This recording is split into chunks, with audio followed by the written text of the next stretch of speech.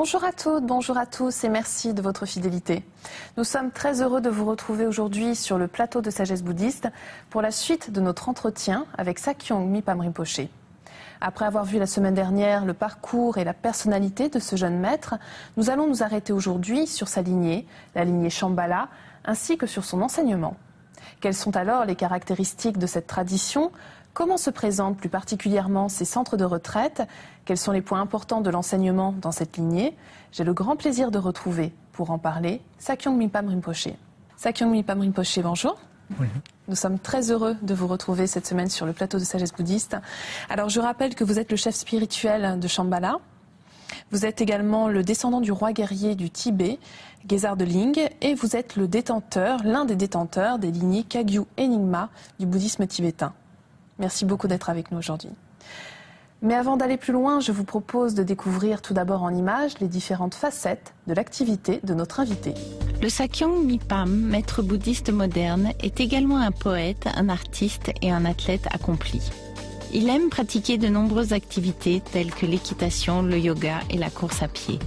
Il a participé à plusieurs marathons afin de lever des fonds au bénéfice de la fondation Kunchok au Tibet, consacrée à l'éducation. En septembre 2006, il a décerné le premier prix du symbole vivant de la paix à sa sainteté, le Dalai Lama. Le Sakyong a écrit 2 ouvrages qui présentent la méditation dans la vie de tous les jours et d'un de ses poèmes, il a enregistré un vidéoclip.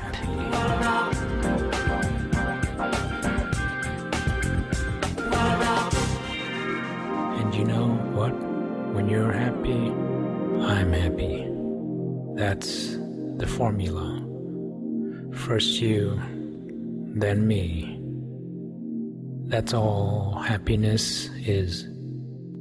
It's just the heart being free. Comment s'engager dans le monde avec compassion et créer une société éveillée ici et maintenant? Sorti d'un an de retraite, le Sakyong Mipam va enseigner des ateliers de méditation en France et à l'étranger intitulés « Soyons courageux et transformons notre monde ».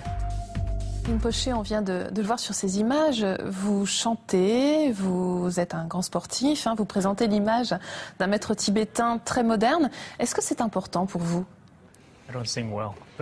Je ne chante pas très bien, mais j'essaie d'exprimer les enseignements d'une façon que tout le monde puisse comprendre et que tout le monde puisse l'incorporer dans sa propre vie. Et moi, j'ai toujours aussi aimé le sport. Donc c'est une chose très importante pour moi, cette synchronisation du corps et de l'esprit. Et je crois qu'une des choses les plus importantes, c'est de prendre la spiritualité, l'attention, la conscience, tous ces thèmes, la bonté, pour les appliquer dans la vie de tous les jours. Pour moi-même, il s'agit d'une extension de ma confiance et de ma foi dans la sagesse innée. Alors, je rappelle que vous êtes le détenteur de la lignée Shambhala. J'aimerais que l'on revienne un moment sur ces centres de méditation, justement, et de retraite. Comment sont-ils organisés? Alors, aussi bien à travers le monde qu'en France, par exemple. Shambhala est une organisation internationale. Son centre est à Halifax, en Nouvelle-Écosse, au Canada. Et elle se trouve en Amérique, en France.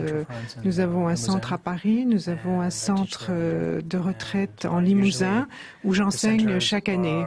Et d'habitude, les centres sont comme des centres communautaires, des centres qui sont engagés socialement, où les gens ont une relation ensemble très importante.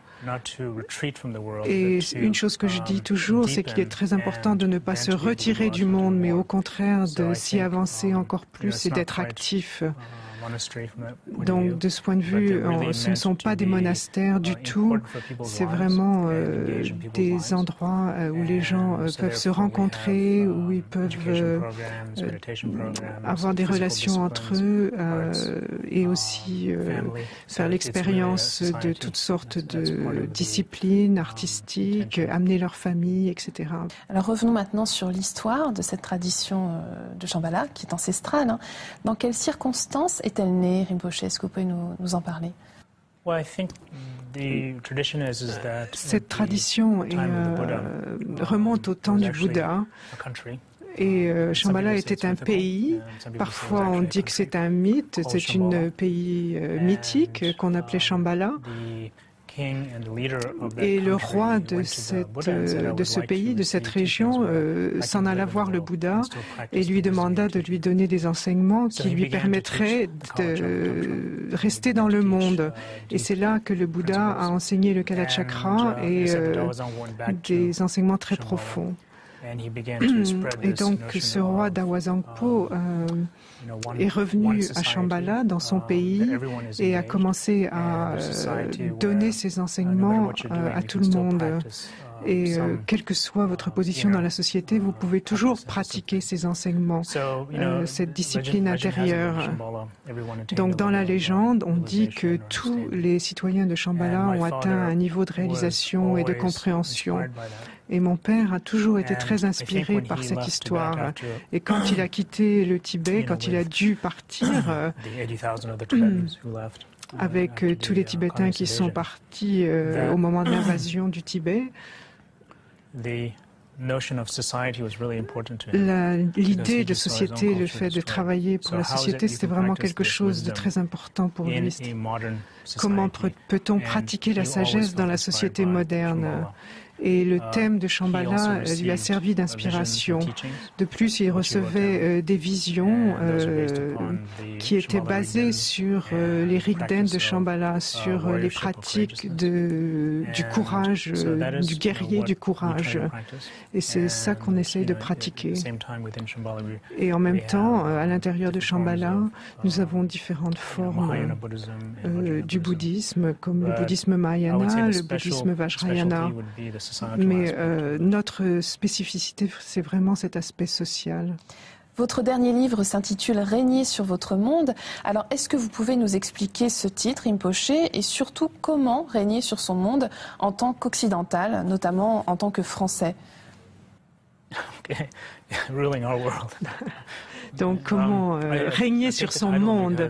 Donc, j'ai choisi ce titre parce que j'ai le sentiment qu'aujourd'hui, les gens sont dirigés par le monde.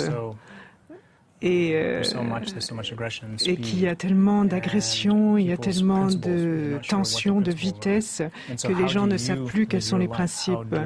Et la question est comment est-ce qu'on vit sa vie, comment vous vous manifestez, comment peut-on se manifester. Donc le principe, c'est que si on peut faire confiance à notre force intérieure, que l'on appelle la bonté fondamentale, et qui représente l'idée de quelque chose d'inné, totalement primordial, notre force primordiale. Si nous avons confiance, eh bien, nous pouvons diriger notre propre vie dans la direction que nous décidons. Alors qu'aujourd'hui, la plupart des gens vivent en réaction à ce qui vient de l'extérieur. Donc, cela dépend de la confiance et de la force intérieure de chaque personne et comment chaque personne décide de vivre sa vie. Et moi, je pense que c'est un point extrêmement critique parce que pour avoir de la compassion et de la force, il nous faut être très fort.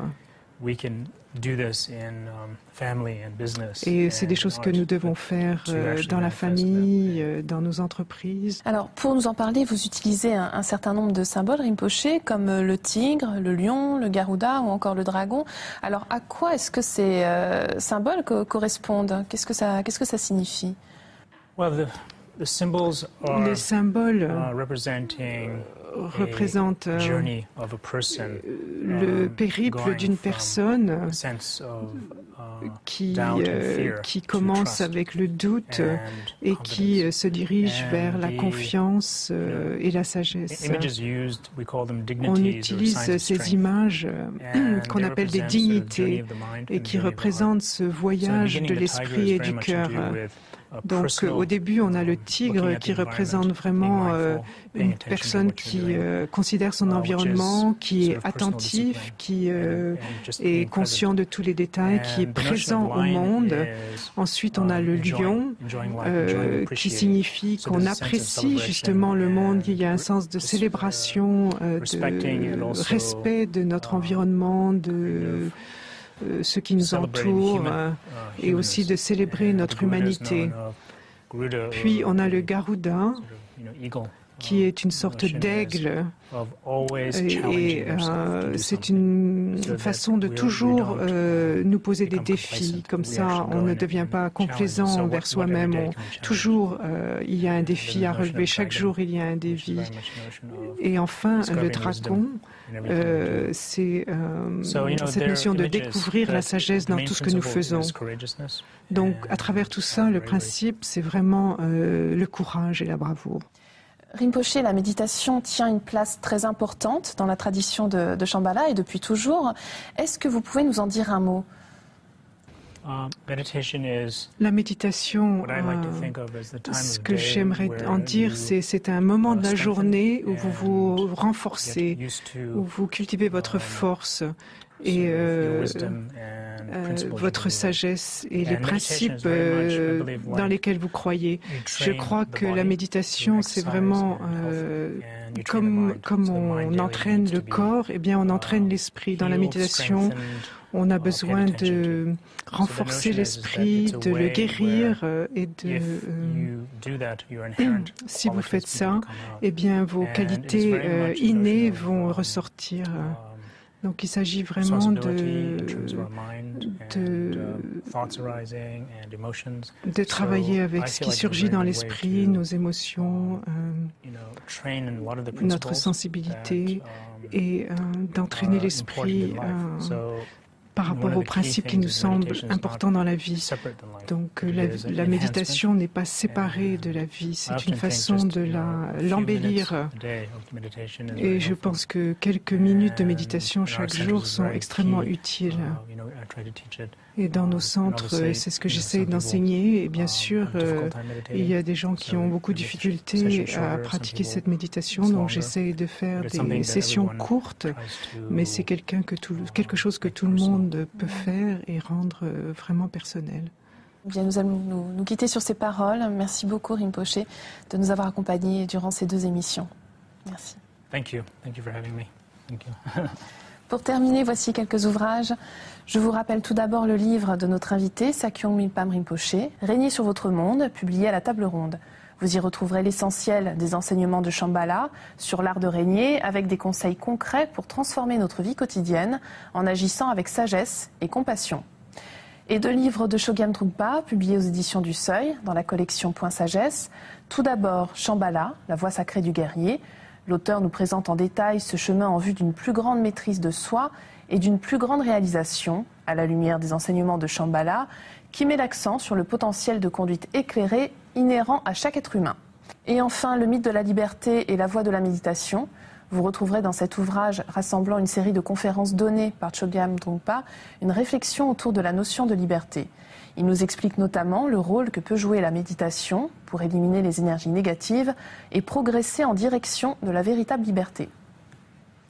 C'est la fin de notre émission. Vous pouvez la revoir sur le site internet de France 2, rubrique Tous les programmes et Chemin de la foi.